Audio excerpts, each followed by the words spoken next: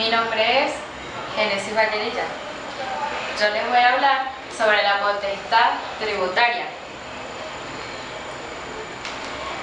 Cuando hablamos de potestad tributaria, hacemos referencia a las fuerzas que nacen de la soberanía nacional, enfocado en la autoridad que la ley le da a los órganos del Estado.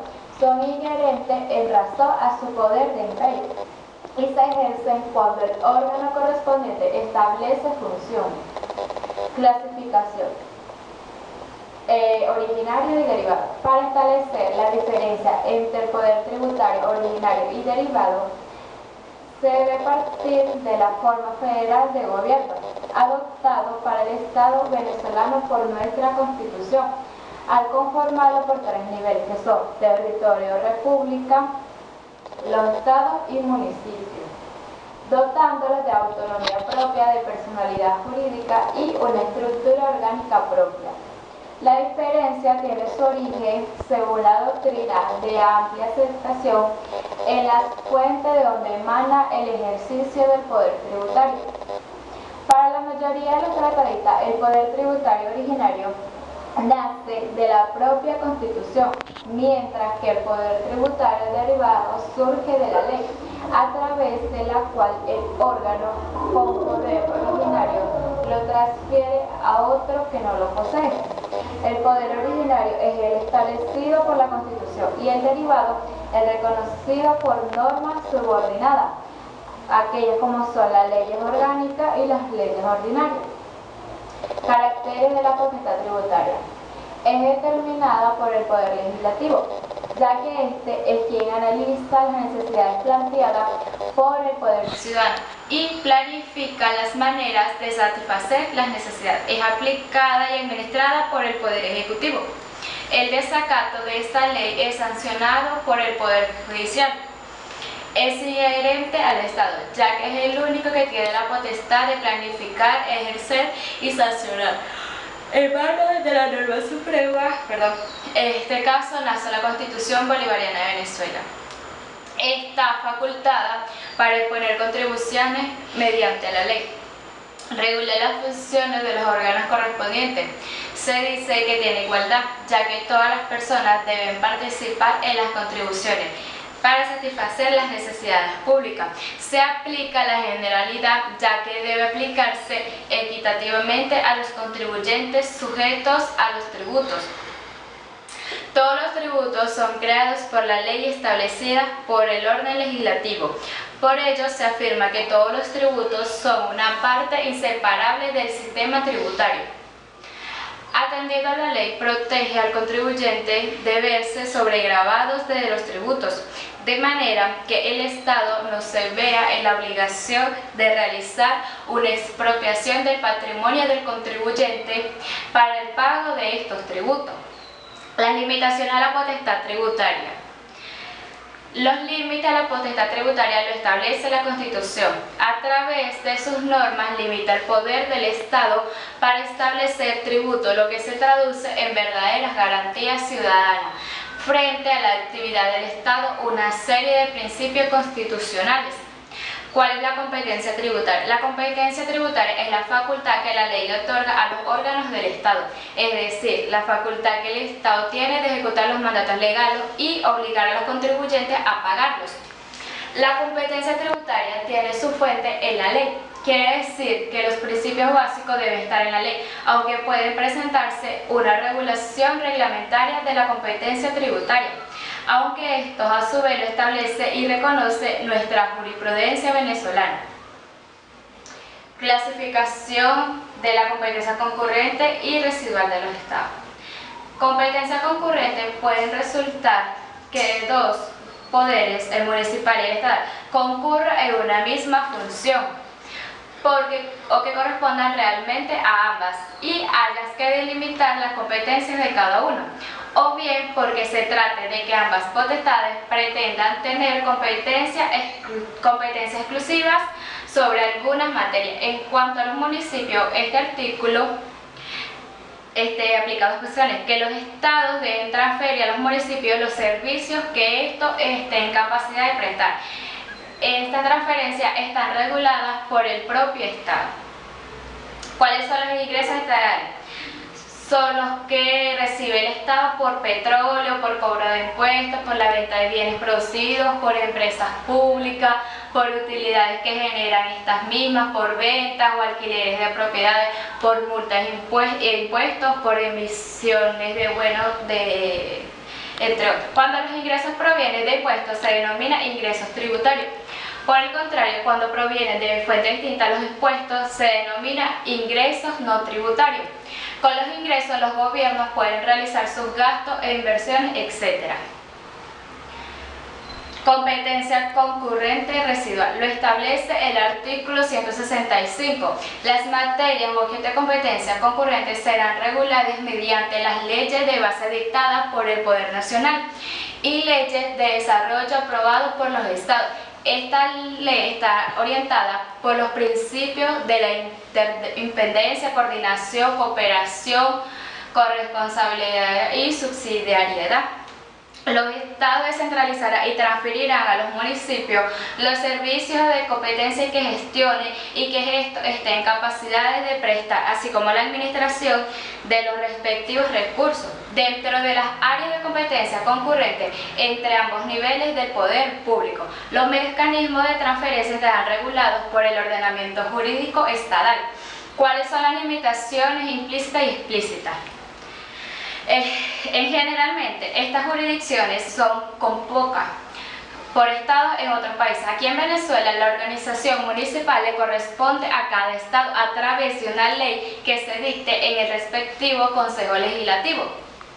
Según el artículo 168 de la Constitución, los municipios constituyen la unidad política primaria de la organización nacional, gozan de una personalidad jurídica plena y autonomía dentro de los límites de la Constitución y de la ley. La autonomía del municipio municipal. De acuerdo al artículo 168 de la Constitución, gozan de una autonomía dentro de los límites de la Constitución.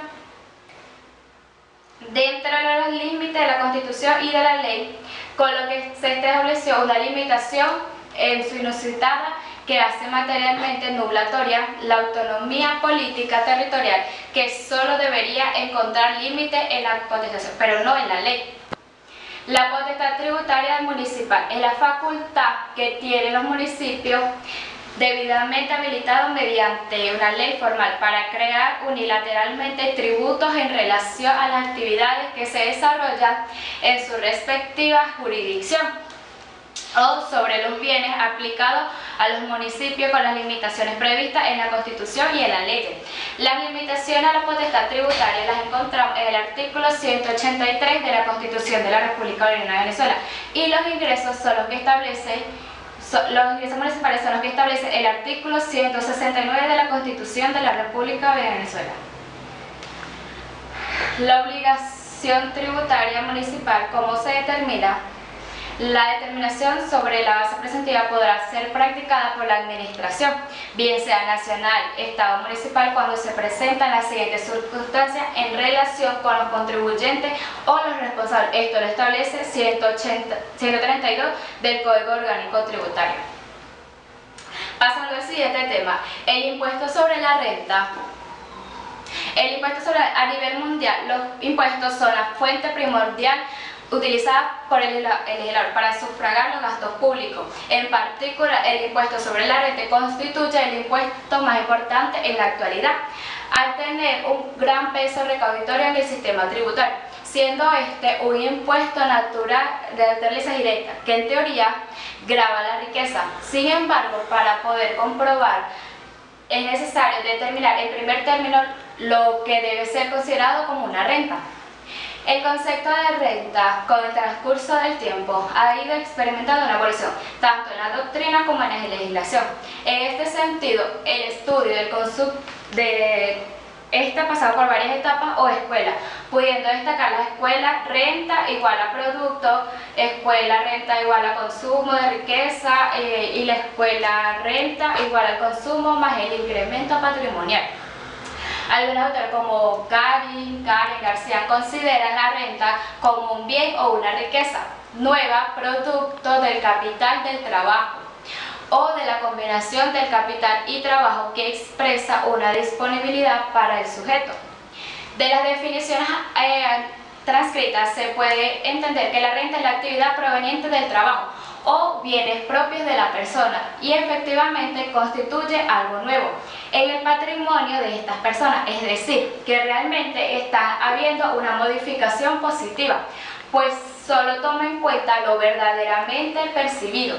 Una vez restados los gastos a los ingresos, en consecuencia, se puede decir que el concepto de renta se reduce a todo incremento positivo registrado en el patrimonio de los sujetos pasivos en un periodo determinado. La imposición a la renta. El impuesto sobre la renta como un instrumento de justicia fiscal. El impuesto sobre la renta como un impuesto directo se ha presentado como el símbolo de la justicia fiscal al gravar con mayor precisión la capacidad contributiva de los particulares. A mayor ingreso, mayor impuesto. También se han considerado como el instrumento indispensable para llevar a cabo una justa distribución de la riqueza, ya que el monto del impuesto se determina conforme a la tarifa progresiva. Definición del impuesto y su sujeto del impuesto. El impuesto sobre la renta puede ser el producto del trabajo, bajo la relación de dependencia o lo producido por el ejercicio de una profesión liberal. Los enriquecimientos provenientes de la cesión del uso, goce de bienes, muebles e inmuebles, incluidos los derivados de regalías y demás participaciones análogas y los dividendos. El sujeto activo de este tributo es el poder público nacional. Lo establece el artículo 156 en su ordenal 12 de la Constitución de la República Bolivariana de Venezuela. Y el sujeto pasivo es toda persona natural o jurídica residente o domiciliada en Venezuela, las cuales pagarán impuestos sobre sus rentas de cualquier origen, sea que la causa o la fuente de ingreso esté situada dentro del país o fuera del país.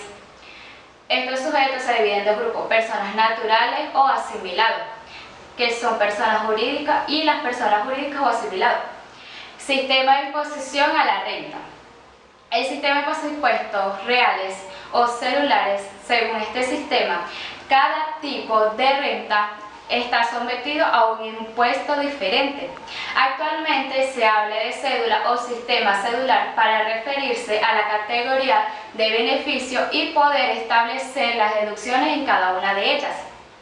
El sistema unitario y personal sobre la renta total de las personas físicas. Se grava la totalidad de la renta a la persona física, pudiendo establecer alícuotas progresivas.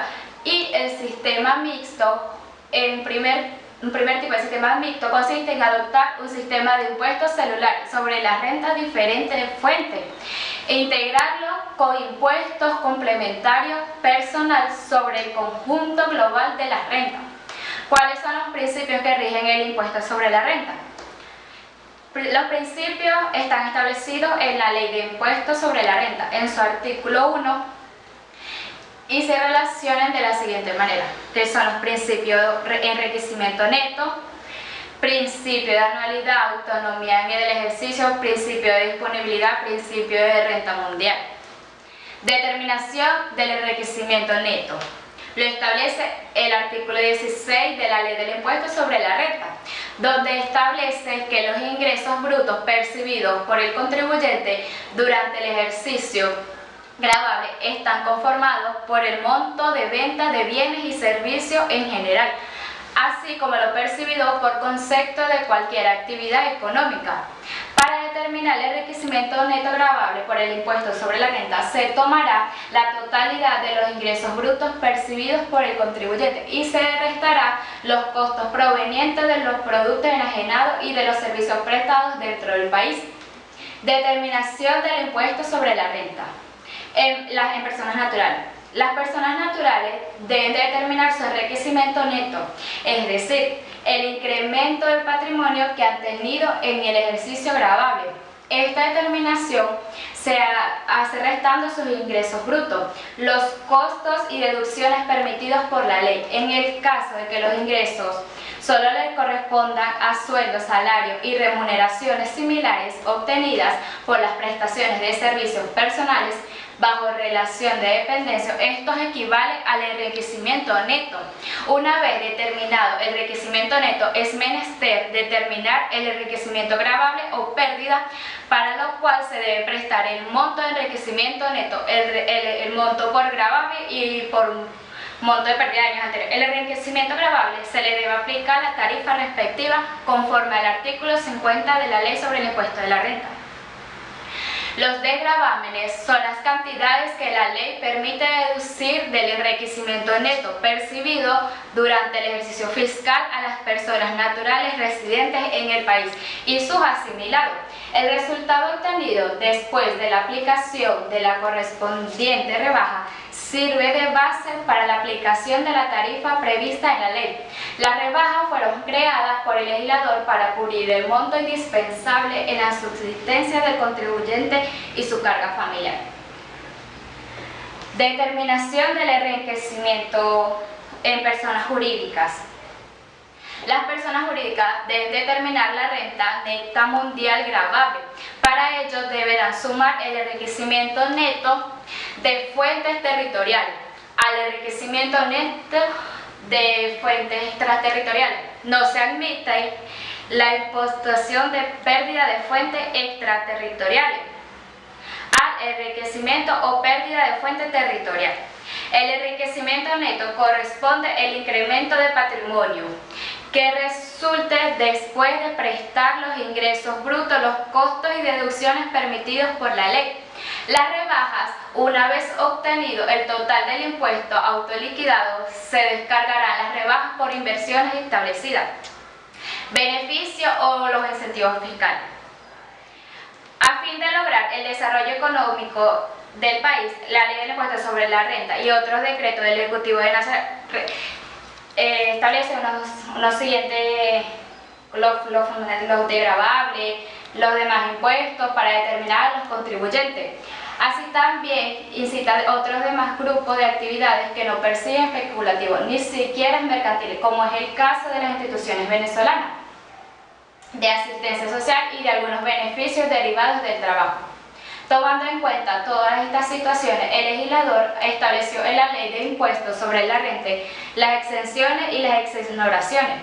Las exenciones están exonerados al impuesto de carácter público, el Banco Central de Venezuela, el Fondo de Inversiones de Venezuela, así como los demás institutos oficiales autónomos que determina la ley en el artículo 14. Y las exoneraciones, el Código Orgánico Tributario establece que la ley que autoriza al Ejecutivo Nacional para exoneraciones específica a los tributos que comprendan los presupuestos necesarios para que procedan las condiciones en las cuales está sometido el beneficio. En ningún caso la exoneración será aplicable a los ejercicios fiscales que se inicien con posterioridad al 31 de diciembre del 2007. Gracias, esta fue toda mi exposición.